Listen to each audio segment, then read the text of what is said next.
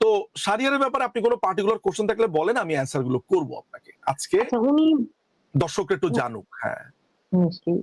আমরা জানি যে 1971 সালে আসলে আমাদের শাসন কাঠামো ছিল আসলে প্রেসিডেন্সিয়াল, এবং বলা হয় যে বঙ্গবন্ধু ফিরে আসবার পরে তিনি নাকি আসলে কোনো শপথ গ্রহণ করেননি। তিনি যে ক্ষমতায় উপসীন হয়েছেন, তিনি আসলে কোনো শপথ গ্রহণ করেননি, এর কোনো প্রমাণ নেই বা কোথাও এর কোনো নজির নেই, এমনটা উনি বলতে চাচ্ছেন বঙ্গবন্ধুর বিষয়। এইটা নিয়ে এটা কি আসলে সত্য কিনা? কারণ একটু জানতে চাই আপনার কাছ থেকে এই বিষয়ের দীপা সত্যতা কতটুকু। দীপা নজির ও জানবে কিভাবে বলেন? ও তো পড়াশোনা করে নাই, ও তো পড়াশোনা নাই ওর। হ্যাঁ, মাথায় রাখবেন যে মানে ওয়ান বুক রিডার খুব ডেঞ্জারাস। একটা বই জীবনে পড়ে এসেছে, এক বইয়ের পাঠক খুব ভয়ঙ্কর, বা কম জানা কিন্তু বেশি ফলাও করা, এগুলো খুব ভয়ঙ্কর ক্যারেক্টার। সেটা হচ্ছে যে আপনাকে কিরকম কনফিউজ করে দিয়েছে, তাই না? বা অনেককে কনফিউজ করে দিয়েছে। হ্যাঁ, হ্যাঁ, বঙ্গবন্ধু দেশে ফেরার পরে, তাহলে প্রথমে আমরা একটু পেছনের থেকে আসি। আজকের জি, প্রোগ্রামটা যারা জেনজিরা দেখবে, তরুণরা দেখবে, তারা একটু জানুক, জি, তারাও যাতে অ্যান্সার গুলা জি, করতে পারে। সেটা জি, হলো, জি। সরকার গঠন করলো, বাংলাদেশ হলো, স্বাধীনতার ঘোষণা দিল আপনার 26শে মার্চ ঘোষণা দেওয়ার পরে, এই যে 26শে মার্চ ঘোষণা দিয়েছে, এটা নিয়ে তো দুনিয়ার কথাবার্তা হয়, দুনিয়ার কথাবার্তা হয়ে থাকে। আই এম কোয়াইট শিওর যে আজকে মনে হয় না আর এইটা নিয়ে খুব বেশি আলোচনা করা লাগবে। একটা বই দেখাই, এই বইটা খুব ইম্পর্টেন্ট। এই বইটা আপনার 1971 সালে এই বইটা লেখা, বাংলাদেশ বা পাকিস্তান ক্রাইসিস। এটা ডেভিড লোসাক, ইউকের খুব বিখ্যাত একজন সাংবাদিক। তিনি কনফার্ম করেছেন যে তিনি নিজের কানে শুনেছেন ওই যে ওয়্যারলেসে যে তার বার্তা, যেটা বারবার বলা হচ্ছিল, ওই বঙ্গবন্ধু স্বাধীনতার ঘোষণা দিয়েছেন বারবার বলা হচ্ছিল। তিনি এই বইটাকে আবার কনফার্ম করেছে সিদ্দিক সালিক, টিক্কা খানের সহযোগী, তিনিও মেনে নিয়েছেন যে বঙ্গবন্ধুর সারা পৃথিবীতে তো জানেনি, আমেরিকা ইংল্যান্ড থেকে শুরু করে সমস্ত পত্রিকাতে খবরই বের হয়েছে যে শেখ মুজিব স্বাধীনতার ঘোষণা দিয়েছে। আর এটা তো সবাই জানি আমরা, জিয়াউর রহমান বঙ্গবন্ধুর হয়ে 27শে মার্চে কালুরঘাট বেতার একটা ঘোষণা পাঠ করেছে। তো এইটাকেও প্রশ্ন করে না যে জিয়াউর রহমান যদি 27 তারিখে স্বাধীনতার ঘোষণা দেয়, মানে তাদের ভাষ্য অনুযায়ী, তাহলে 27 তারিখে আমাদের স্বাধীনতা দিবস না কেন, 26শে মার্চ কেন? 26শে মার্চ কেন? এইটার জবাব দেখবেন কেউ দিতে পারবে না, সবাই ভেবাচাকা খেয়ে যায়। আমি একটা কথা বলি, এত সহজ একটা আপনার কাছে একটা নথি আছে, স্বাধীনতার ঘোষণাপত্র, ওইটা আপনি একটু ভালো করে পড়লেই কিন্তু হয়ে যায়, এক পাতার ডকুমেন্ট। আচ্ছা, এবার আসি আপনার প্রশ্নের উত্তরে আসি। সেটা হচ্ছে যে আপনি জানেন যে 26শে মার্চ আমরা স্বাধীনতার ঘোষণা দিয়ে দিলাম। এইটাকে বলে সেলফ ডিটারমিনেশন, আন্তর্জাতিক আইনে স্বাধিকার, মানে নিজের দেশের স্বাধীনতার ঘোষণা দিয়ে দিয়েছে। ঘোষণা দেওয়ার পরে কি হবে? রাষ্ট্র গঠন করার জন্য সরকার লাগবে না? 100%। প্রথমে আপনার সংবিধান রচিত করা হলো। সংবিধানটা কোনটা? আপনি বলতে পারেন যে নিজুম ভাই, আমাদের না সংবিধান হয়েছে 1972 সালে। না, রাইট। আমাদের প্রথম সংবিধান স্বাধীনতার ঘোষণাপত্র। এটা কি করে? এই এটাই একটু বুঝি। তথ্যটা আপনি যদি জানেন, আপনার কাছে ওই যে বলে না যে অ্যালজেব্রা, পাটিগণিত করতে গেলে আপনার সূত্র। কি জানি a plus b whole square plus twice ab plus b square, এরকম একটা আমরা পড়ি, মানে এক সূত্র জানলে আপনার সমস্ত কিছু ক্লিয়ার হয়ে যাবে। তার মানে হচ্ছে যে আমাদের প্রথম সংবিধানটা হচ্ছে স্বাধীনতার ঘোষণাপত্র। 10ই এপ্রিল এটা হলো, সরকার গঠনও হয়ে গেল ওই দিন। সরকার শপথ নিল হচ্ছে 17ই এপ্রিল, কুষ্টিয়ার বৈদ্যনাথ তলা, মেহেরপুরের বৈদ্যনাথ তলা। তো ওই মেহেরপুরের বৈদ্যনাথ তলার নাম তাজউদ্দিন আহমেদ রাখলো মুজিবনগর। এই সরকারের রাষ্ট্রপতি হিসেবে নিয়োগ দেওয়া হলো, বা রাষ্ট্রপতি হিসেবে ঘোষণা করা হলো জাতির জনক বঙ্গবন্ধু শেখ মুজিবুর রহমানকে। উপরাষ্ট্রপতি হিসেবে নিয়োগ দেওয়া হলো বা ঘোষণা করা হলো আপনার কি জানি বলে, সৈয়দ নজরুল ইসলামকে, আমাদের আশাফুল ইসলাম সাহেবের পিতা। আর প্রধানমন্ত্রী ঘোষণা করা হলো আমাদের সর্বজন শ্রদ্ধেয় তাজউদ্দিন আহমদকে। ঠিক আছে?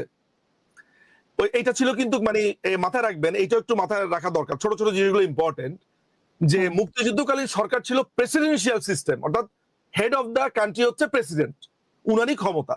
ক্লিয়ার? আচ্ছা, ওই স্বাধীনতার ঘোষণাপত্রে পরিষ্কার করে বলা আছে যে আপনি কিভাবে শপথ গ্রহণ করবেন, আপনার রাষ্ট্রপতি হিসেবে, প্রধানমন্ত্রী হিসেবে আপনি কেমনে কেমনে শপথ নিবেন, ওইটা ওই ঘোষণাপত্রে পরিষ্কার করে বলা আছে। মানে আমাদের প্রথম সংবিধানে এটা বলা আছে। ক্লিয়ার? বঙ্গবন্ধু তো নাই, তো বঙ্গবন্ধু যেহেতু নাই তাহলে উনার জায়গাটাতে ভারপ্রাপ্ত হিসেবে বঙ্গবন্ধু বা রাষ্ট্রপতির দায়িত্ব পালন করছিলেন সৈয়দ নজরুল ইসলাম। তো বঙ্গবন্ধু যখন ফেরত আসলেন 10 তারিখে, উনারা ওই রাতেই একটা ছোট একটা মিটিং এর ভেতরে, একেবারে নিজেদের ভেতরে ওই মিটিং এর ভেতরে সিদ্ধান্ত নেওয়া হলো যে উনারা সবাই মিলে সিদ্ধান্ত নিলেন যে মানে পাকিস্তান একটা আপনার এই গণতান্ত্রিক ব্যবস্থা, তো ক্যাবিনেট সিস্টেমে তারা চলে যাওয়ার সিদ্ধান্ত নিলেন। ঠিক আছে, ক্যাবিনেট সিস্টেমটা কি, সেটা হচ্ছে প্রধানমন্ত্রী হবে হেড অফ দ্য স্টেট, রাষ্ট্রপতি থাকে, নির্বাহী বিভাগের প্রধান বা রাষ্ট্র পরিচালনা করবেন হচ্ছে আপনার প্রধানমন্ত্রী। ক্লিয়ার? এখন এই সিদ্ধান্ত যখন ওনারা নিয়ে নিলেন, রাষ্ট্র তো তখনও আপনার প্রেসিডেন্সিয়াল সিস্টেমে চলছে, কারণ মুক্তিযুদ্ধের সময় তো আপনার প্রেসিডেন্সিয়াল সিস্টেমে, তো ওইটা তো বাদ করতে হবে। তো প্রথম প্রসিডিউরটা করলেন কি, বঙ্গবন্ধু প্রথমে শপথ নিলেন। কার সামনে শপথ নিলেন? ইউসুফ আলীর সামনে শপথ নিলেন। সেই শপথের প্রমাণ কি, ওই তখন হয়েছে কি, ওনারা দ্রুত হাতে লিখে ফেললেন, মানে শপথের যে কথাগুলো বলা হবে, আমি বঙ্গবন্ধু শেখ মুজিবুর রহমান গণপ্রজাতন্ত্রী বাংলাদেশের রাষ্ট্রপতি হিসেবে শপথ নিলাম, এটা উনি নিজে লিখে ফেলেছেন। আচ্ছা, আমি আপনাদেরকে পড়ে শোনাই কি লেখা আছে, একটু ভালো হয় জানা দরকার। হ্যাঁ, আমি শেখ মুজিবুর রহমান দৃঢ় প্রত্যয়ের সহিত এই পবিত্র শপথ গ্রহণ করিতেছি যে আমি গণপ্রজাতন্ত্রী বাংলাদেশের প্রতি অবিচল বিশ্বাসের সহিত অনুগত থাকিব। আমি সাধ্যানুসারে সংবিধান এবং আইন অনুযায়ী বাংলাদেশের সার্বভৌমত্ব রক্ষা এবং সুখ ও সমৃদ্ধি বৃদ্ধির জন্য গণপ্রজাতন্ত্রী বাংলাদেশের রাষ্ট্রপতি হিসেবে আমার আমার কর্ণধার ও দায়িত্ব, আমি এই শব্দটা পড়তে পারছি না, ও দায়িত্ব সততা ও নিষ্ঠা, যেহেতু হাতে লেখা আর কি, নিষ্ঠা ও বিশ্বস্ততার সহিত পালন করিব। আমি রাষ্ট্রপতি হিসেবে আমার কার্যকলাপ অথবা সিদ্ধান্তমূলক আমার ব্যক্তিগত স্বার্থের ঊর্ধ্বে রাখিব। আমি সংবিধান অনুসরণ, প্রতিরক্ষণ ও সংরক্ষণ করিব। এখন আপনি আমাকে একটা কথা বলেন, এই সংবিধানটা বঙ্গবন্ধু পাইল কোথায়? আমি সংবিধান অনুসরণ, প্রতিরক্ষণ ও সংরক্ষণ করিব। ওই যে 10 এপ্রিল আমাদের স্বাধীনতা, এই তো বুঝেছেন, প্রমাণ পেয়েছেন। আমি সংবিধান অনুসরণ, প্রতিরক্ষণ ও সংরক্ষণ করিব। ঠিক আছে, এবং আমি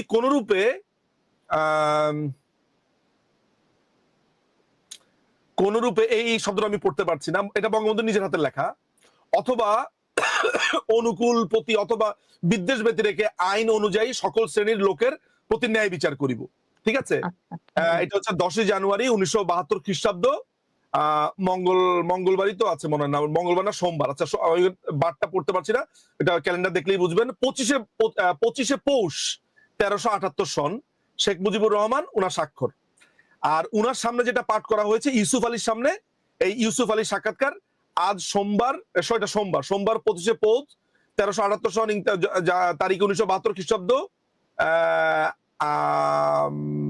আমার সম্মুখে শপথ গৃহীত হইল। ঠিক আছে, এই হইতেছে দীপা আপনার শপথ। এখন এই তথ্যটা তো এই লোকের জানা নাই, এই শাহরিয়ারের।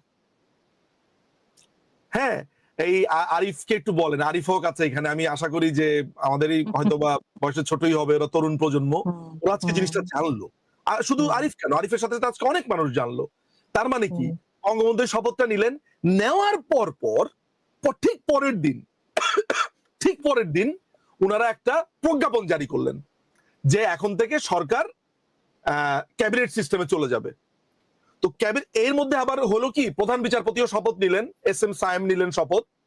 এরপরে রাষ্ট্রপতি হিসেবে নিয়োগ দেওয়া হলো আবু সাইদ চৌধুরী। সেটা আবার শপথ গ্রহণ অনুষ্ঠানের ছবি আছে, ভিডিও আছে, আপনি ইন্টারনেটে এখন যদি যান যে বঙ্গবন্ধুর শপথ গ্রহণ, দেখবেন যে সেই শপথ গ্রহণের অনুষ্ঠান আছে, যে বঙ্গবন্ধু প্রধানমন্ত্রী হিসেবে শপথ নিচ্ছে। এখন প্রধানমন্ত্রী তো ছিল হচ্ছে তাজউদ্দিন আহমেদ পদত্যাগ করলেন, বঙ্গবন্ধু চলে গেলেন হচ্ছে প্রধানমন্ত্রী হিসেবে, আর ওদিকে রাষ্ট্রপতি হিসেবে চলে গেলেন হচ্ছে আপনার আবু সাইদ চৌধুরী। আর তখন তাজউদ্দিন আহমেদ তখন অন্যান্য দায়িত্ব পেলেন, উনি মনে হয় উনাকে কি ক্যাবিনেট দেওয়া হলো, অর্থ মন্ত্রণালয় মনে দেওয়া হলো, দেখতে হবে কার কোন মন্ত্রণালয় ছিল। এখন তাজউদ্দিন আহমেদের আগের ঘরের, তাজউদ্দিন আহমেদের তো জানেন যে তাজউদ্দিন আহমেদের বিয়ে একটাই, কিন্তু তাজউদ্দিন আহমেদের যে ওয়াইফ জোহরা তাজউদ্দিন, জোহরা তাজউদ্দিনের বিয়ে হচ্ছে দুইটা। প্রথম বিয়েটা টিকে নাই। প্রথম বিয়ের যে মেয়েটা আছে ওই রিমিনা কি জানো, সব মিথ্যা কথা উল্টাপাল্টা কথাবার্তা লেখে, তার একটা রাগ আছে মনে হয় বঙ্গবন্ধুর উপরে, উপরে উপরে ভালো জিনিস দেখায়, যেহেতু বঙ্গবন্ধু তার সরি তাজউদ্দিন আহমেদ তার পিতা না, তাই তার রাগ মানে বাংলাদেশের প্রতি তার একটা রাগ মনে হয় ওই তাজউদ্দিন আহমেদের ওই তার ওয়াইফের আগের ঘরের মেয়ের। সে লিখেছে যে বঙ্গবন্ধু নাকি তাজউদ্দিন আহমেদকে বলছে, এই তাজউদ্দিন আমি কিন্তু প্রধানমন্ত্রী হব, এটা বলে অনেক মকারি করতে শুনেন না আপনি? আচ্ছা, এখন আপনাকে আমি একটা অঙ্ক বোঝাই, অঙ্ক বোঝাই, অঙ্ক বোঝেন। বাংলাদেশ রাষ্ট্রের রাষ্ট্রপতি কে ছিল মুক্তিযুদ্ধের সময়? নজরুল ইসলাম। এই যে দেখেন পেছন থেকে আমার মেয়ে হাজির। হ্যাঁ, ওই যে দেখেন। আচ্ছা, কে ছিল? বঙ্গবন্ধু ছিল তো, তাই তো? অ্যাক্টিং মূল, হ্যাঁ তিনি ছিলেন। না, অ্যাক্টিং তো নজরুল ইসলাম করেছে, কিন্তু হ্যাঁ, হেড অফ দ্য স্টেট কে ছিল? হেড অফ দ্য স্টেট অবশ্যই শেখ মুজিবুর রহমান। বঙ্গবন্ধু ছিলেন। তো উনারা যখন সিদ্ধান্ত নিলেন সবাই মিলে যে এটা প্রধানমন্ত্রী সিস্টেমে যাবে, জাস্ট জিনিসটা ট্রান্সফার হয়ে যাচ্ছে, মানে প্রধানমন্ত্রী থেকে প্রধানমন্ত্রী হচ্ছে, তাহলে কে হবে প্রধান? কে হবে? বঙ্গবন্ধু। তাহলে এইটা বঙ্গবন্ধুকে বলতে হয় তাজউদ্দিন আহমেদকে, এই তাজউদ্দিন আমি কিন্তু প্রধানমন্ত্রী হব, এটা বলতে হয়? আমি আর আপনি ধরেন একটা কোম্পানি খুলেছি, আমি কোম্পানির ডিরেক্টর, আপনি শেয়ার হোল্ডার। এখন ডিরেক্টরের নাম ধরেন চেঞ্জ হয়ে ডিরেক্টর হবে, ধরেন নতুন একটা নাম দিয়েছে ডিরেক্টর। ওটা তো লিজু মজুমদারই হবে। ডিরেক্টর কিন্তু আমি হব। কোনো দরকার নেই। আপনি আমার যুক্তি বুঝেছেন? যে এই যে আমি তথ্যগুলো আপনাকে দিলাম, এগুলো তো জানা টাকা লাগবে। বঙ্গবন্ধু আদৌ কখন শপথ নিয়েছেন, আমাদের স্বাধীনতার ঘোষণাপত্র যে আমাদের প্রথম সংবিধান, হ্যাঁ, তারপরে আপনার অস্থায়ী সংবিধান কাকে বলে, তারপরে এরপরে এসেছে কি শাহরিয়ার প্রশ্ন করেছে যে ওই সংবিধান রচনা করার জন্য তো কোনো ইলেকশন হয়নি, গণপরিষদ তো ইলেকশন হয়নি, এটা বলেছে না? আচ্ছা, স্বাধীনতার ঘোষণাপত্র কবে হয়েছে দীপা? 10 April, 10 April. এইটার জন্য ইলেকশন করবে কেমনে? মুক্তিযুদ্ধের সময় ইলেকশন করবে কেন? 1970 সালে তো সংখ্যাগরিষ্ঠ ভাবে যারা মুক্তিযুদ্ধ করেছে তারাই বিজয়ী ছিল। আপনি এটা বাদ দেন, আপনি 1970 সালে ইলেকশন বাদ দেন। মুক্তিযুদ্ধের সময় আমরা যে সরকার গঠন করেছি, বিপ্লবী সরকার, ওইটার জন্য ইলেকশন করবেন আপনি? এইভাবে রাষ্ট্র গঠিত হয়? ওইটা কেন বলেছে জানেন? কারণ ও জানেই না আমাদের প্রথম সংবিধান যে হচ্ছে স্বাধীনতার ঘোষণাপত্র। আমার কথা বুঝেছেন? ক্লিয়ার আইডিয়া থাকতে হবে এই রাষ্ট্র সম্পর্কে, নখতর্পণ, এই যে নখের উপর দিয়ে থাকতে হবে। আপনি আমাকে প্রশ্ন করবেন, ইনস্ট্যান্ট আপনাকে পাল্টা প্রশ্ন করতে হবে, আমাকে রেফারেন্স দেন, কোত্থেকে পড়েছেন, কি পড়েছেন, দেখান, তথ্য দেন। হ্যাঁ বলেন তো, আরেকবার বলেন তো, আরেকবার বলেন তো শুনি। হ্যাঁ, এই তথ্য দেন, বই দেন, কোত্থেকে জেনেছেন, কোন বই পড়েছেন, রেফারেন্স দেন, আনেন। খালি বললেই তো হবে না। আপনি আমি আপনাকে এখন মতো যা বলেছি, আপনি আমাকে পাল্টা প্রশ্ন করেন তো, আটকান তো, দেখি পারেন কিনা। না না দীপা, ফাইজামি না, আপনি আমাকে পাল্টা প্রশ্ন করেন, দেখি আরো আমাকে চিপায় ফেলানোর চেষ্টা করেন, দেখেন আমি উত্তর দিতে পারি কিনা। সে করা যেতেই পারে, আপনাকে এগুলো জানা থাকা লাগবে। আচ্ছা, এরপরে সে কি বলেছে যে বঙ্গবন্ধু বেঈমানি করেছে, বেঈমান বলেছে। কেন বেঈমান বলেছে? বেঈমান বলেছে, দেখেন কি বলবো, এগুলো তো দুঃখের কথা। আপনার আইয়ুব তো ক্ষমতা দখল করে রেখেছে বহুত বছর ধরে। আপনি জানেন যে ইস্কান্দার মির্জা, আপনার জানেন তো যে পাকিস্তান গঠিত হওয়ার পর থেকেই আমাদের এখানে আর কোনোদিন আমরা রাষ্ট্র কিছুই পাই নাই। ওই যে আপনার 54 যুক্ত ফ্রন্টের ইলেকশন হয়েছে, তখন আপনার জিন্না সাহেবের মেয়ে মনে হয় ইলেকশন করেছিল, বঙ্গবন্ধু সেই ক্যাবিনেটের মনে হয় মন্ত্রী ছিলেন, মনে হয় কি মন্ত্রী ছিলেন, তার পদত্যাগ করলেন তিনি। এরপরে তো আপনার ক্ষমতা দখলই করে ফেললো আপনার জেনারেলরা। তো আইয়ুব খানের পরে যখন ইয়াহিয়া ক্ষমতা দখল করলো, ওরা তো ইলেকশন দিচ্ছিল না, শেষ পর্যন্ত ইলেকশন দিতে রাজি হলো। 1970 সালের ডিসেম্বরে ইলেকশন হবে। এর মধ্যে আপনি জানেন যে প্রলয়ঙ্কারী ঘূর্ণিঝড় হলো, প্রায় লাখখানিক লোকের উপরে মারা গেল, ইলেকশন পেছালো।